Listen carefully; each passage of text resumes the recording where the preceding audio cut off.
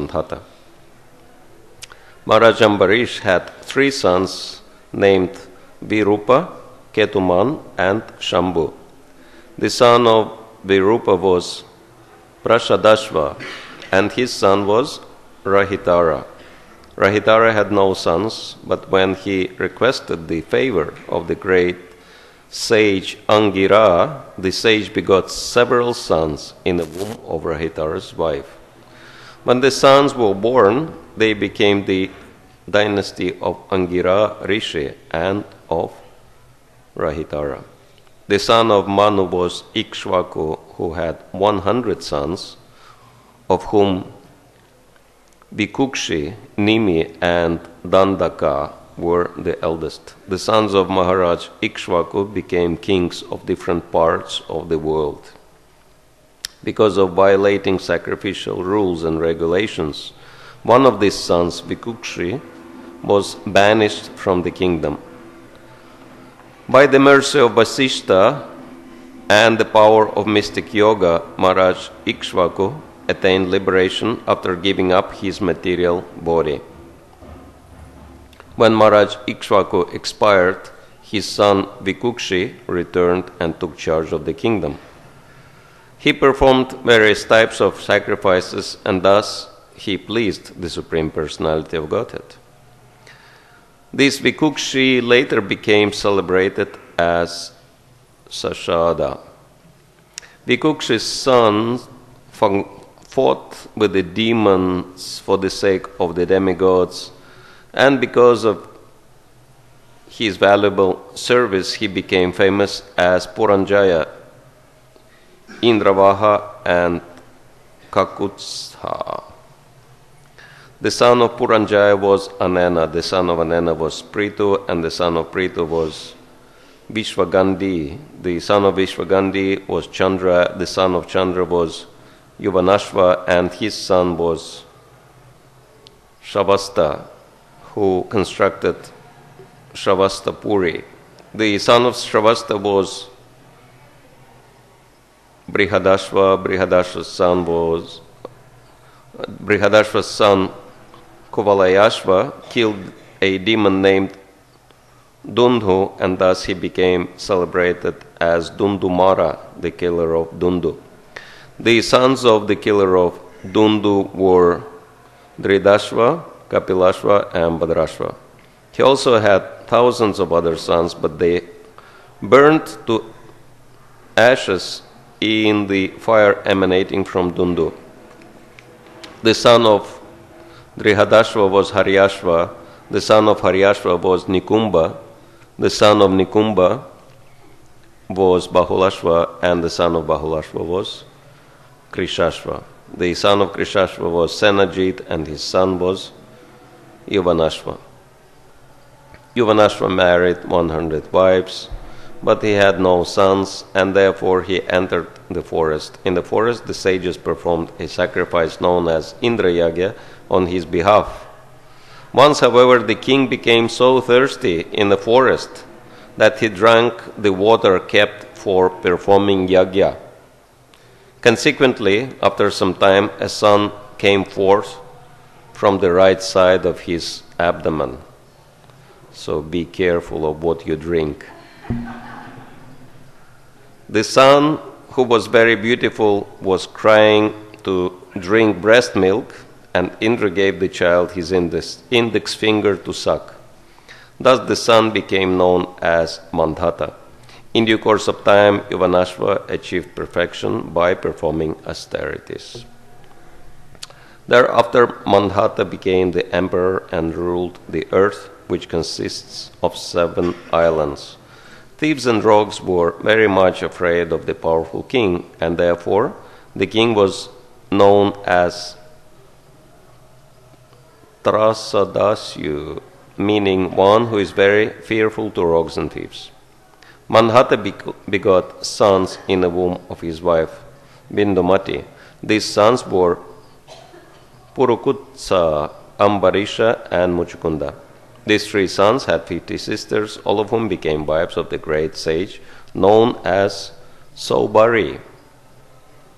In this connection, Shukadeva Goswami described the history of Saubhari Muni, who, because of sensual agitation caused by fish, fell from his yoga and wanted to marry all the daughters of Manhattan for sexual pleasure. Later, Saubhari Muni became very regretful. Thus, he accepted the order of Vanaprastha, performed very severe austerities, and thus attained perfection. In this regard, Shukadeva Goswami described how Saubhari Muni's wives also became perfect. So text number 1 has no purport. That's why we'll chant responsively text number 2. So I'll just read 1. Shishuko vacha virappa ketuman chambur ambarisha sutastraya virupat prishadashvabhut tat putrastu rahitaraha. Shukadeva Goswami said, O Maharaj Parikshit, Ambarish had 3 sons named Virupa, Ketuman, and Shambhu. From Virupa came a son named Prishadashva, and from Prishadashva came a son named Rahitara. So text number 2, please chant responsively. Rahitarasya prajasya Rahitarasya prajasya Bharyayam tantavetita Bharyayam tantavetita Angirajanayam asam Angirajanayam asa Brahmavarchasvina sutan Brahmavarchasvina sutan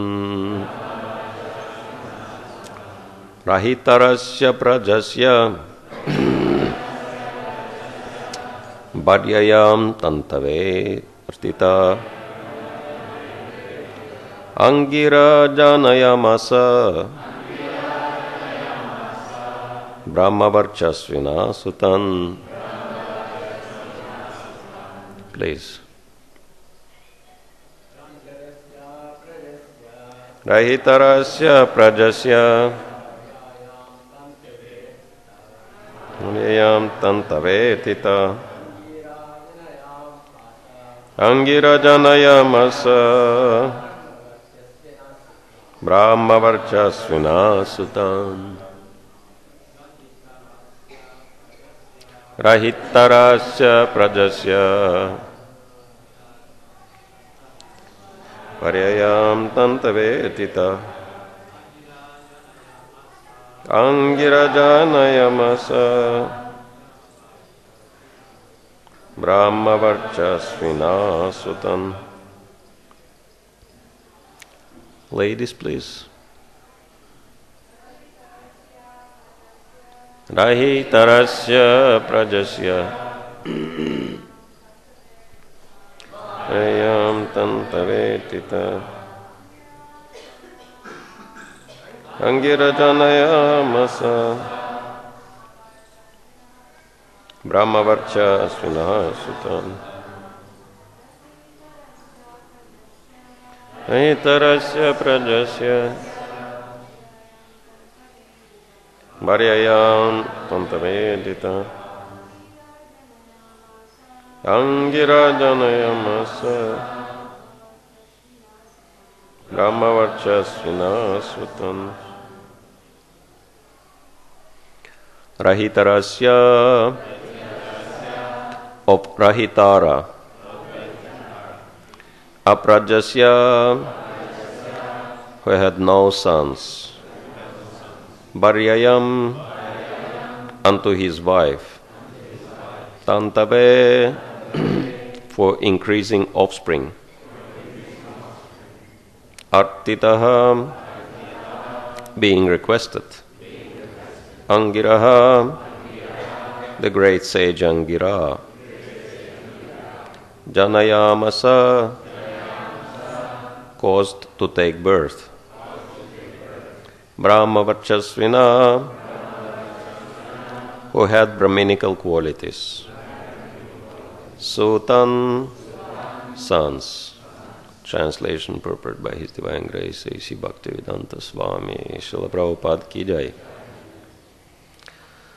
Rahitara had no sons, and therefore he requested the great sage Angira to beget sons for him. Because of this request, Angira begot sons in the womb of Rahitara's wife. All these sons were born with Brahminical prowess. Purport. In the Vedic age, a man who was sometimes called upon to beget sons in the womb of a lesser man's wife for the sake of better progeny. In such an instance, the woman is compared to an agricultural field. A person possessing an agricultural field may employ another person to produce food grains from it, but because the grains are produced from the land, they are considered the property of the owner of the land. Similarly, a woman was sometimes allowed to be impregnated by someone other than her husband, but the sons born of her would then become her husband's sons.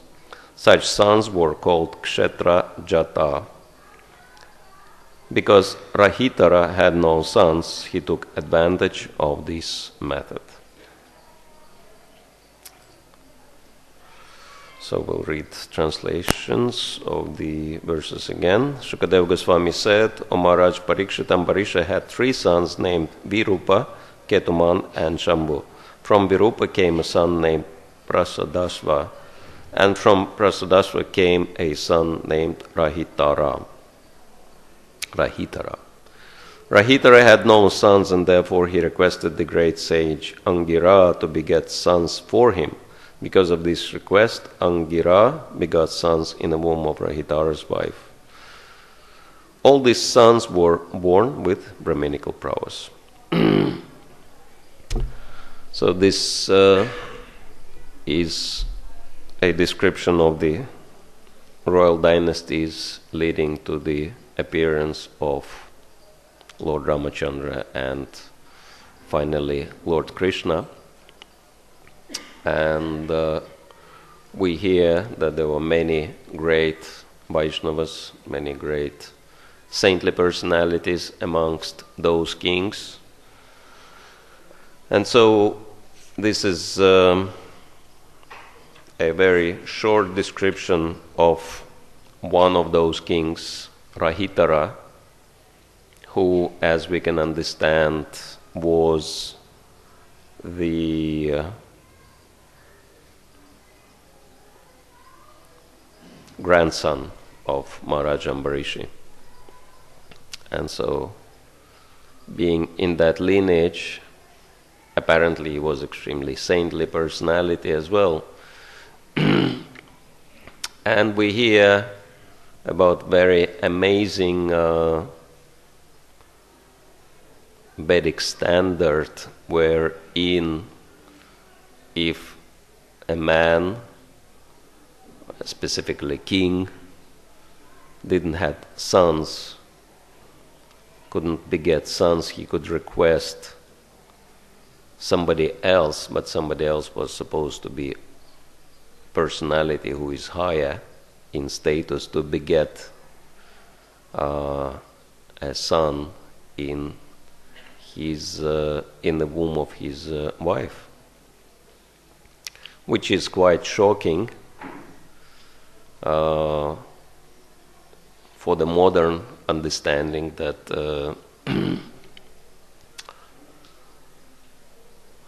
of course there are plenty of men who would who love to impregnate other men's wives without, what to speak of, consent, even the knowledge of the husband. But to do it consciously and legitimately, that's kind of unheard of in Kali Yuga. And the reason is that people in Kali Yuga are very different, and that's why these kind of standards are actually forbidden in this age. And that's going to be described further on in the chapter, that there are 5 specific activities which are forbidden in this age: Ashwamedha, Gavalabham, Sanyasam, Palapatrikam, Devarena Sutotpati, Kalopancha, Vibharjayat. That the sacrifice of the horse, of the cow, offering flesh to the forefathers,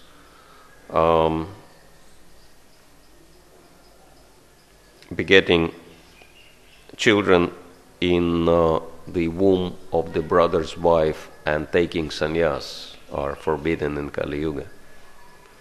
So we might be asking, what about sannyas? That Prabhupada took sannyas, Lord Chaitanya took sannyas, and Lord Chaitanya spoke these words after he took sannyas.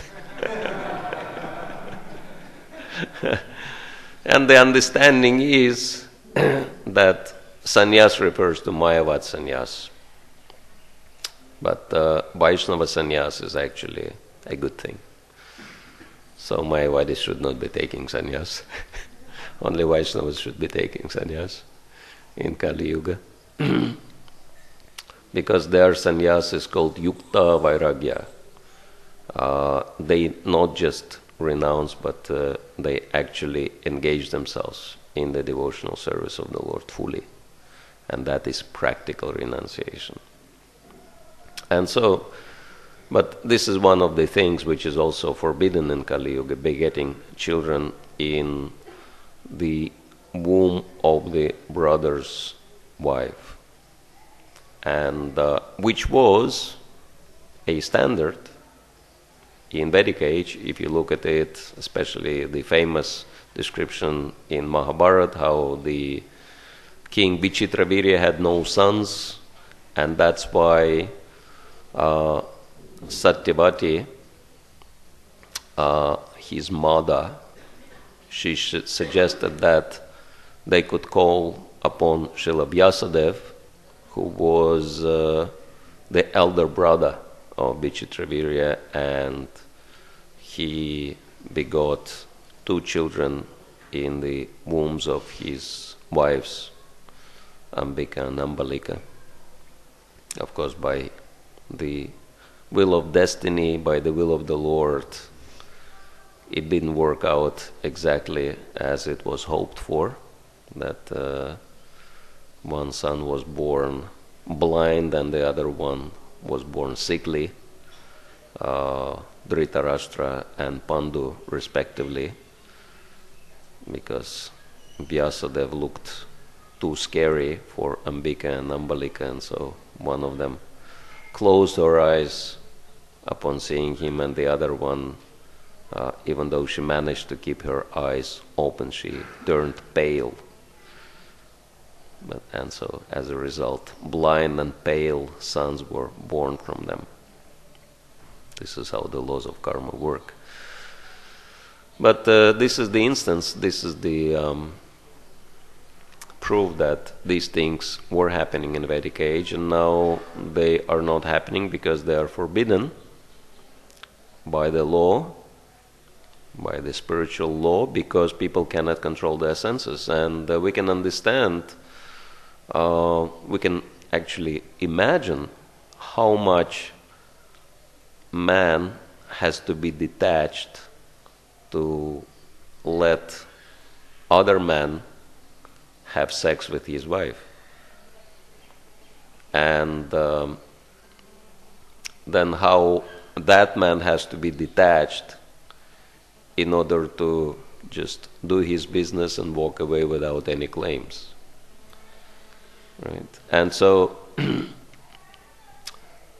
these things were possible because people controlled their senses, minds and senses, to such an extent that it's very hard for Kali Yuga people to even imagine what kind of sense control was there, because sex life has two primary functions, as we can say. One is procreation and the other one is recreation, right? And so in Kali Yuga, people are focused on sex for recreation to such an extent that procreation become a side product of recreation. And as a result, the kind of children born from recreative sex is called Varnasankara, right? And these are the horrible people who create hellish environment in Kali Yuga. But people in Vedic age, apparently, they were so focused on procreation that recreation was really, insignificant for them. And that was the power of their spiritual advancement and the power of Krishna consciousness especially. And this is what has been exemplified in the prayer of Yamunacharya, right, quoted in in one of the purports of the 5th chapter of Bhagavad Gita, Yadavadima Macheshta Padaravindayo, that since I'm focused on the lotus feet of Krishna and I derive so much pleasure in his service whenever I think of the insignificant sex pleasures I used to enjoy, my lips curl and I want to spit in disgust, right? Or as Prabhupada would say, I want to spite on it. And so one senior Vaishnava said, if we would have to spit every single time we think of sex, we would probably, like most of us, would probably end up being dehydrated or something.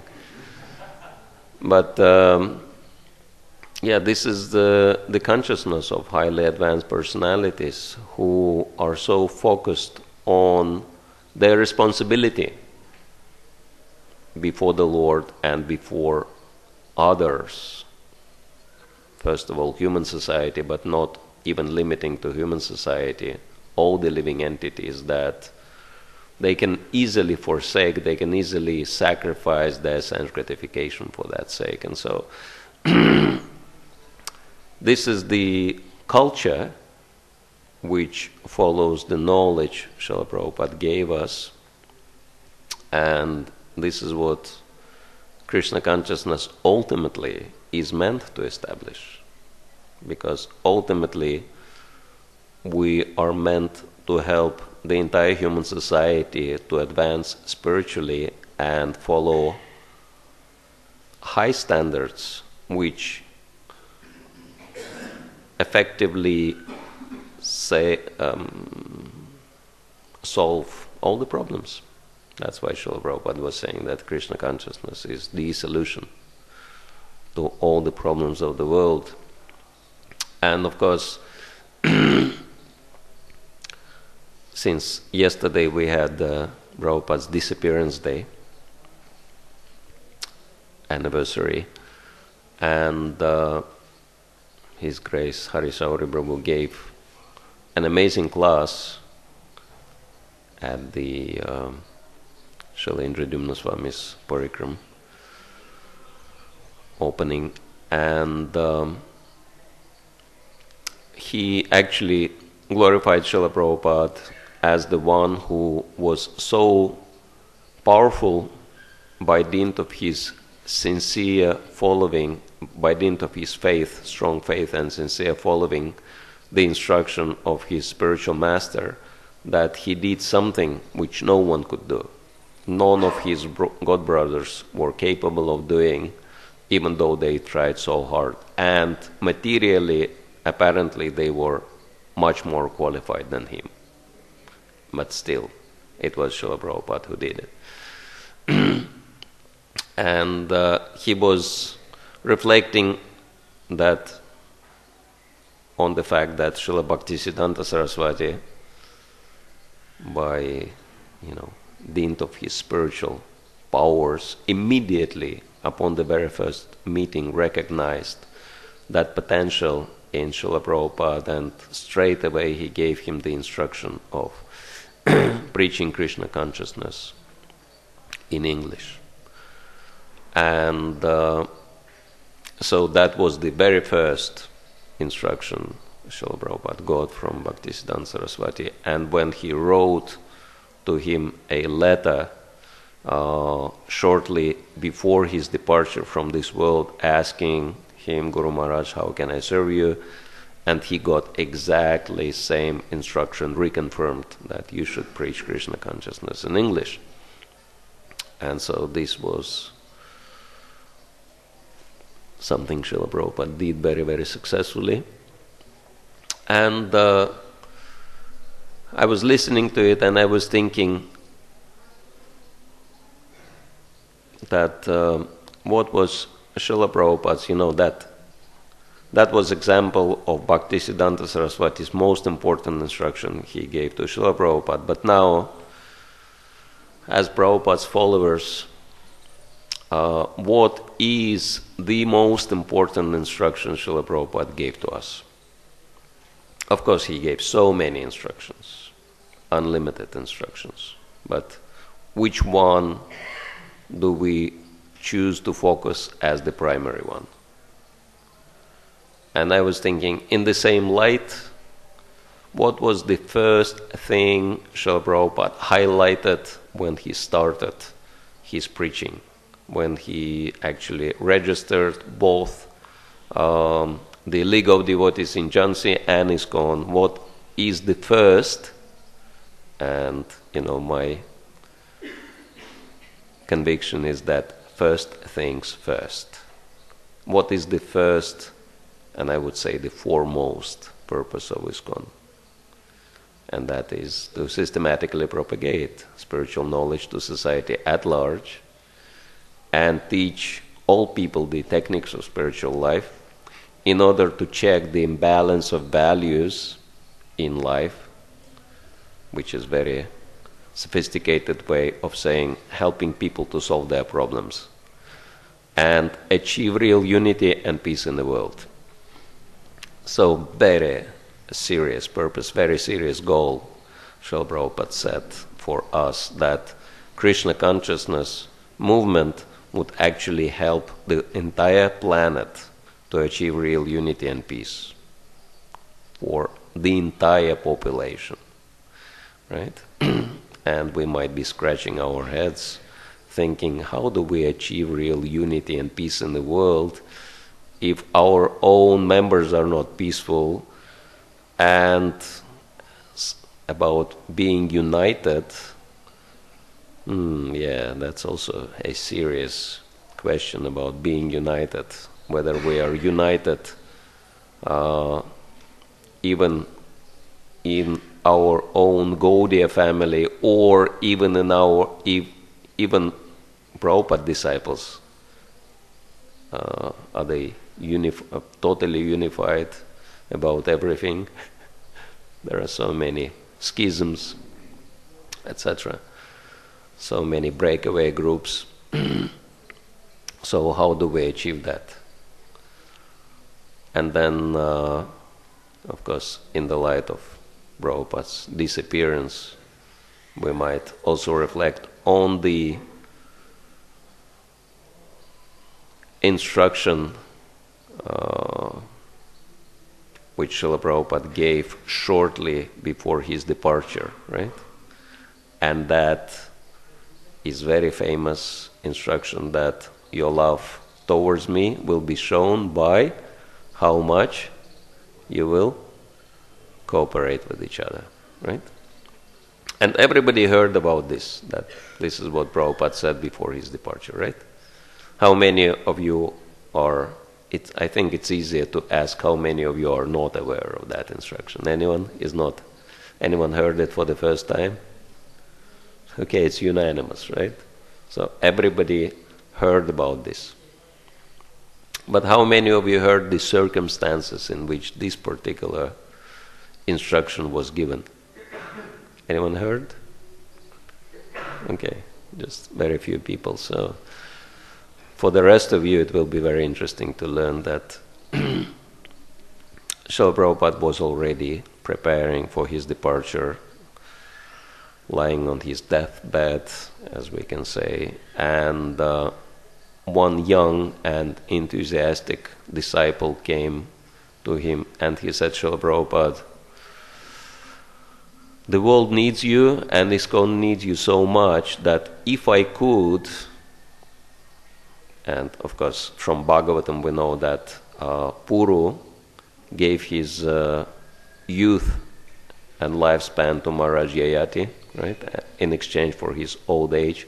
And so this young disciple, he said, if I could give you my youth and health and exchange it for your disease and death, I would be very happy to do so. And Prabhupada appreciated it. He said, thank you very much for your love, because this kind of offering could only come due to love. So obviously you love me so much. And then he said, but your real love will be shown by how much you will cooperate with each other. Which is a kind of, for me at least, is a subtle hint. And Prabhupada, being a very aristocratic person, he had very refined sense of humor. So he was hinting that for some devotees, it's easier to die than cooperate with other devotees, right? Because physical death is much easier than the death of the false ego, right? That kind of death is really hard, die-hard thing. And so,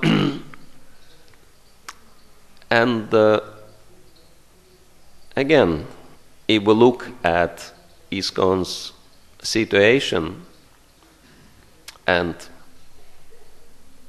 we can understand that charity begins at home, and we need to have a solid mood of cooperation and service and peace and unity in ISKCON if we want to achieve something substantial in the world. Otherwise people will say, what kind of solutions you can bring to us if you yourselves have so many problems, right?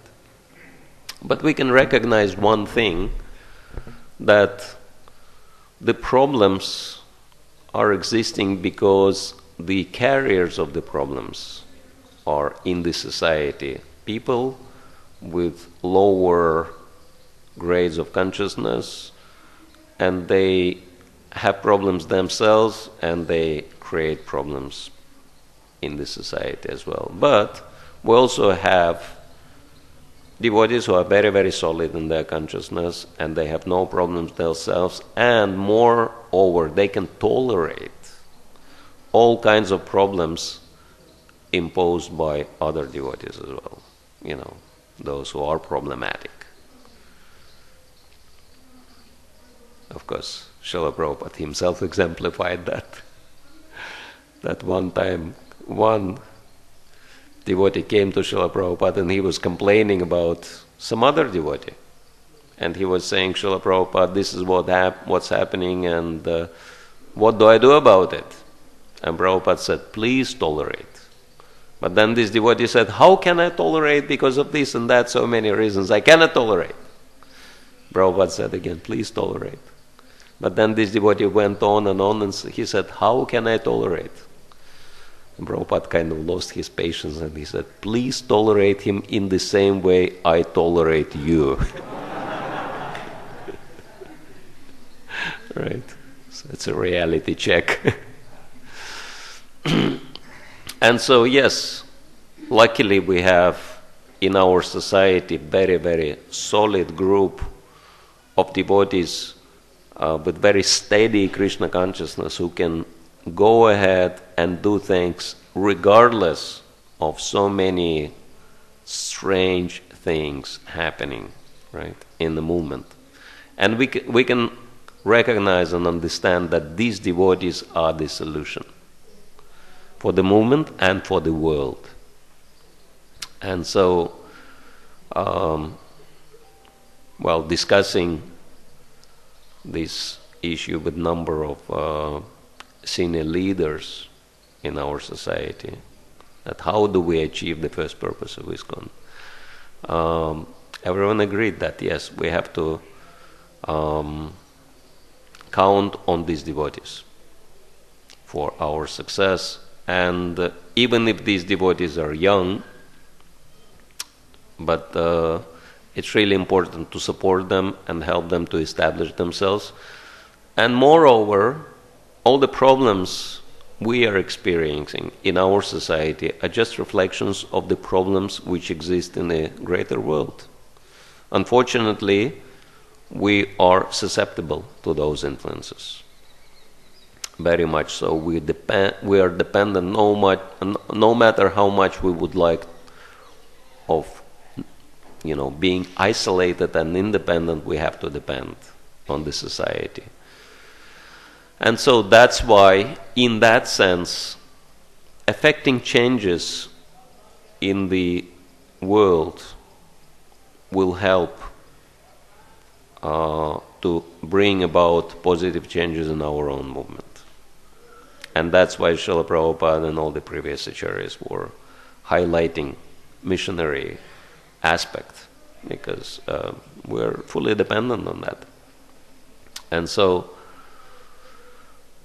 for that, and we've decided that the best thing to do in this regard would be to empower devotees with highest capacity for leadership to achieve very substantial results, which would be remarkable not just on ISKCON's scale, but on the global scale.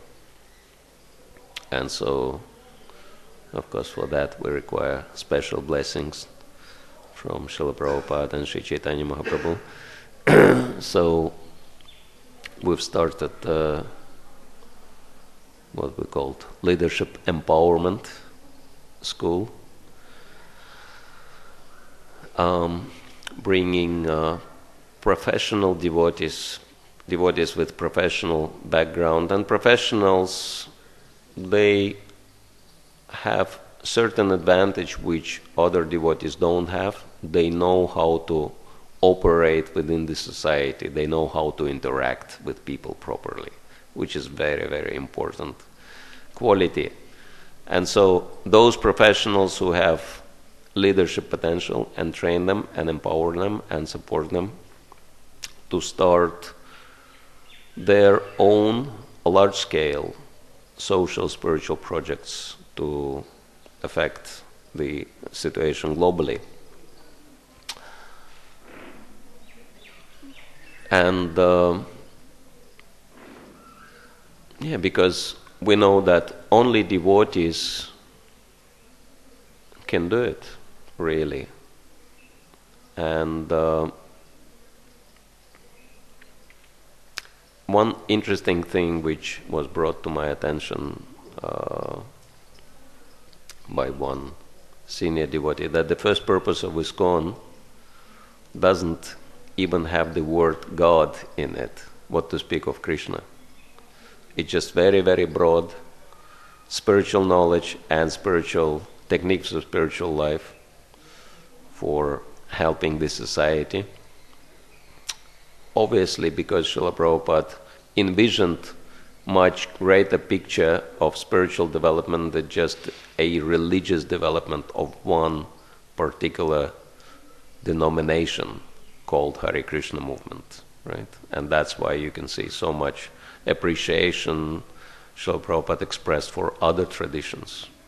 And of course we do have differences, but in the face of the greater need, in the face of the greater enemy, we can say, it's really important to put our differences away and work cooperatively to achieve the common goal. And who is the common enemy for all of us?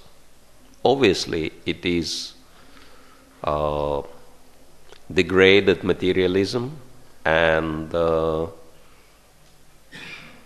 militant atheism, right?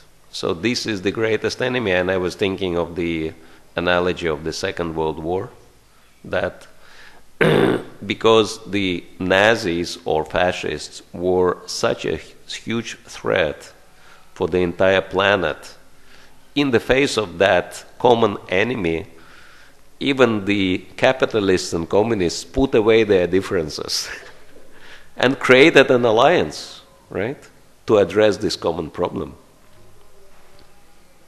And so I'm thinking that exactly the same thing should happen if we really want to defeat materialism and atheism, which is the first and foremost thing to tackle before we can speak about any spiritual advancement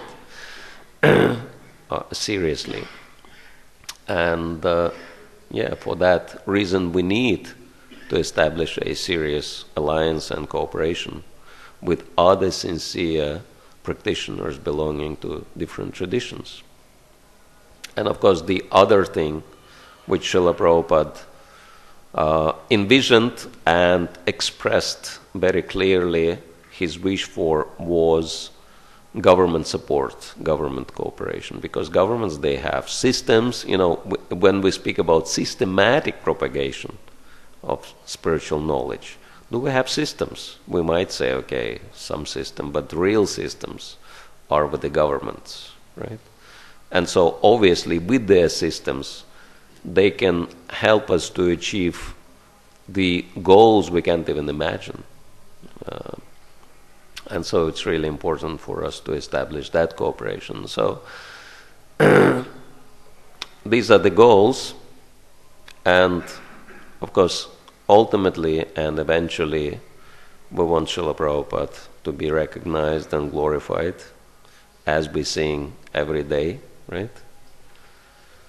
Ebe Yasha Gusha Tribhuvana, let your fame spread all over 3 worlds. And so Srila Prabhupada's fame will become widespread.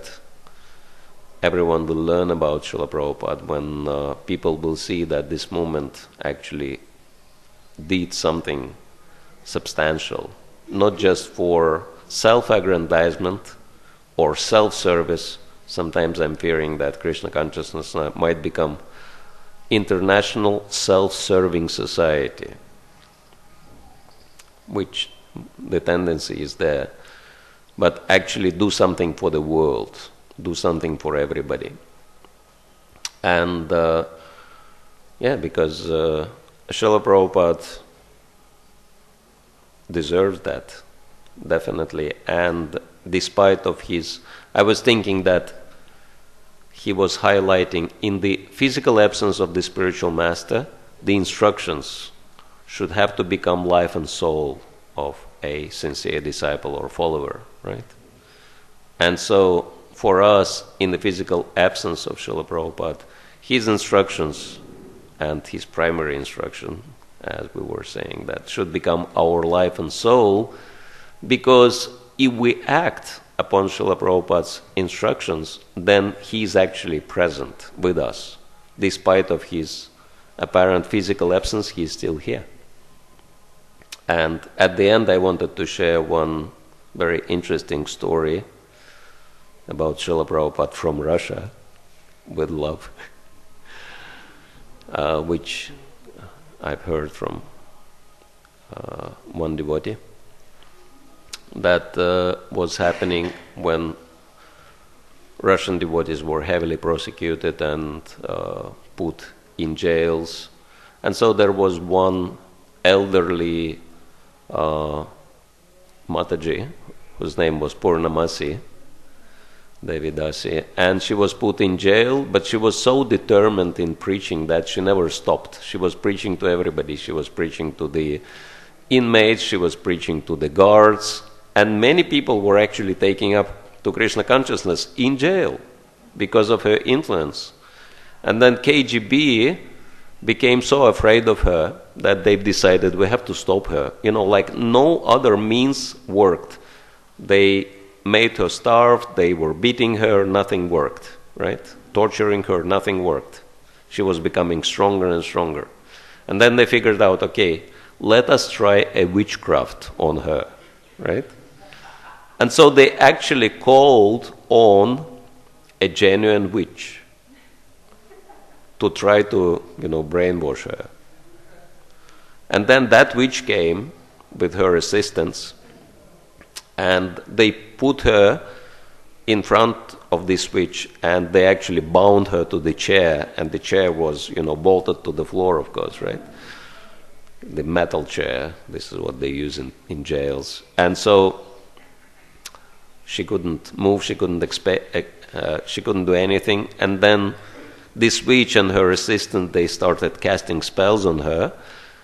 And apparently this witch was pretty powerful because she was chanting some incantations to make her ghostly haunted, to put some alien entity inside of her body, right? Some ghost. And so she was saying that she actually felt that some alien entity is entering into in her consciousness because of all these spells, and her consciousness becomes kind of gloomy and dull, and everything darkens gradually.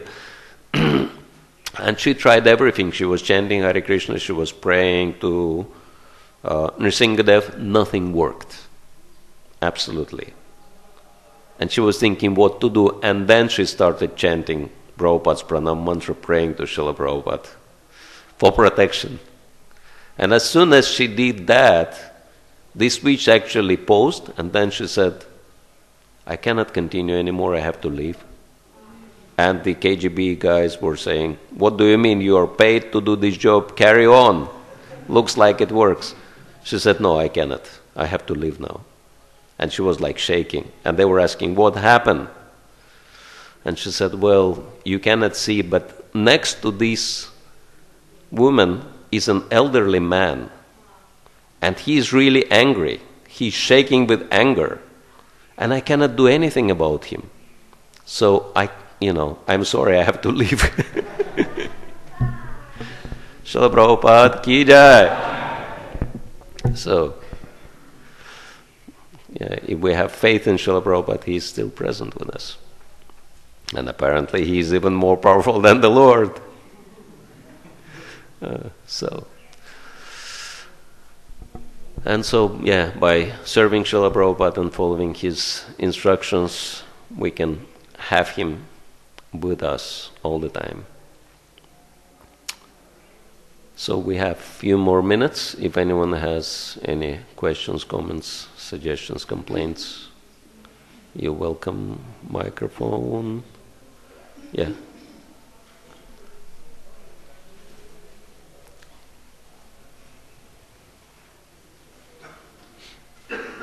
Hare Krishna Maharaj.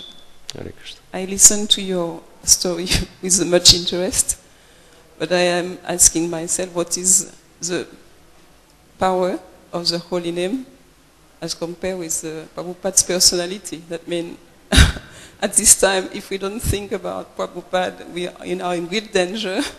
So, what is the use of the holy name?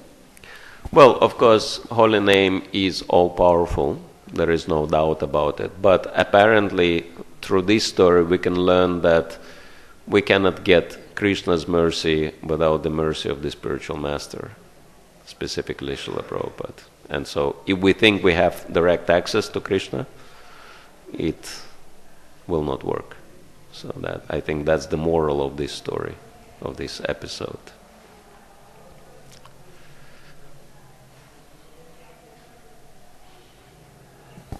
Hare Krishna. Thank you, Maharaj. Welcome. I appreciate that you have such a broad, progressive vision for spreading Krishna consciousness.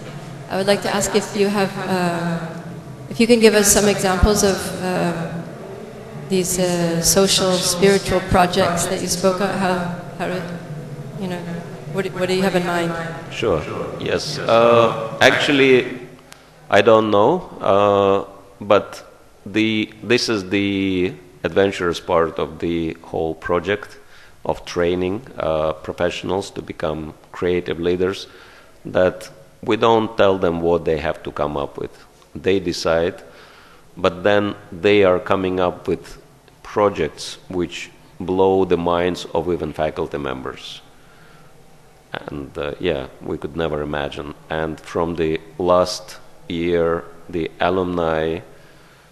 one alumni embarked on creating multi-faith vegetarian eco-village consisting of 1,000 houses, which is a huge project. It's costing close to 1.5 billion American dollars.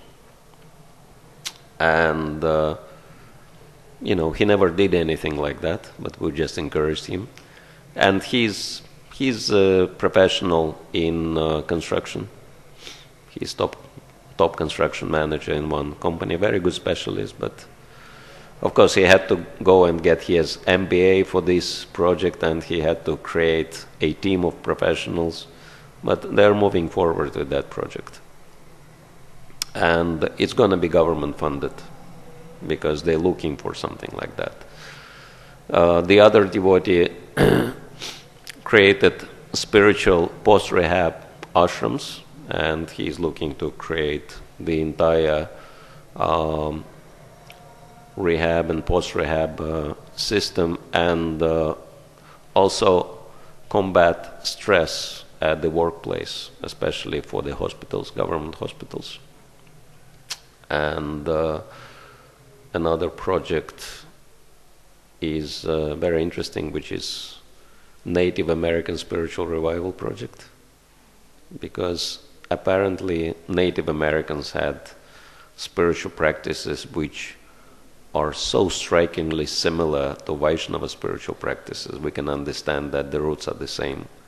And so she wants to promote those Native American practices which are very similar to Vaishnava spiritual practices, to create a kind of platform for people to take up to Krishna consciousness, which is huge. It could affect the lives of tens, if not hundreds of millions of people.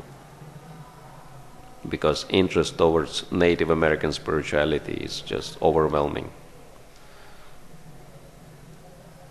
all over the world, what to speak of United States. And as we know, as America goes, the whole world goes, no doubt about it. At least for the next 2 decades, it's going to be like that.